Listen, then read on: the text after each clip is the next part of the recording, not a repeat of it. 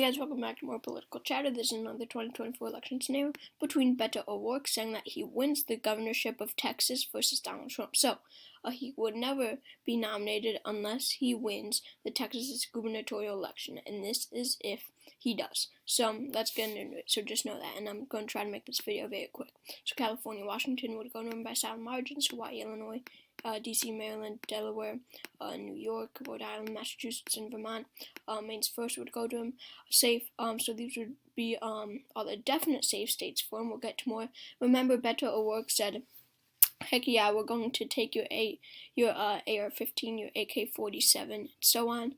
Got a bunch of applause from the Democratic Party during the Democratic debates. He said that when he ran for president in 2020.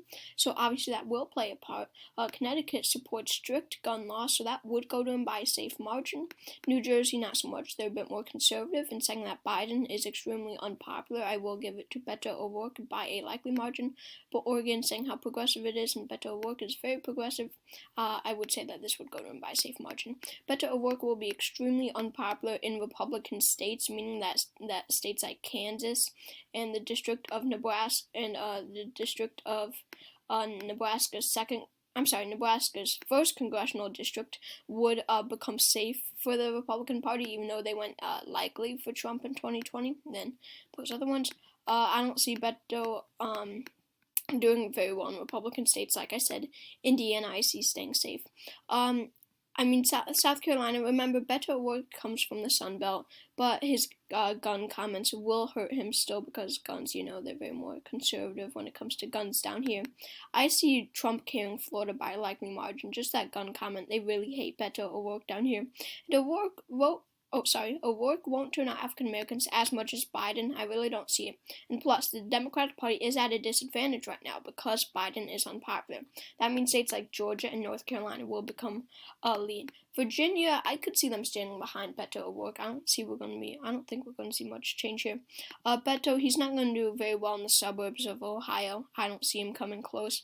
And then in Iowa, the thing is, in Iowa, Beto O'Rourke will be popular over here in this Rust Belt, with the exception of Ohio and Indiana.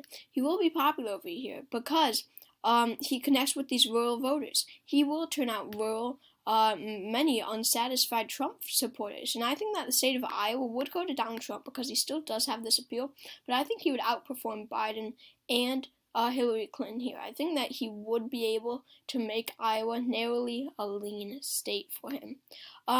We'll get to his home state of Texas. But moving on, he would win Maine at large, probably by a likely margin. But in Maine's second congressional district, Beto O'Rourke would do extremely well here, because there are a lot of young conservatives here. And remember, he's going to do well in the rural parts more. He's going to do better than Biden and Hillary Clinton in these rural areas, many of them, especially in a northeastern district like Maine's second. But still, Trump has this strange appeal, saying how little they shifted to the left in 2020. I'm going to give it to Trump, but I think Beto would outperform Biden and Hillary here. I think that it will be a lean margin for Trump. I see him doing pretty well in the state of New Hampshire, but we do have to remember that Biden is unpopular, and that will hurt any Democrat. So I'm going to give it to Beto by a lean margin. Going to Nevada, I think this would be a pretty close state. I'm going to give it to O'Rourke, just saying how just saying that Biden did the same as Hillary in 2020. It shows that this is a Democratic state, and Obama won big in this state both years. There's a strong Latino turnout, and that means that Beto will do extremely well in Nevada, Arizona, New Mexico, Colorado, and Texas. All of these the 5 states have a huge Latino population, and they will turn out for Beto O'Rourke. Still, the Democrats are at a disadvantage. As I said earlier, the national environment for them in 2024 and 2022 will be extremely bad. So, Arizona, I don't see it. I think Beto O'Rourke would do surprisingly well here, coming from the South, but ultimately I do think it would be tilt Trump. Make that lean Trump, actually, just to be on the safe side.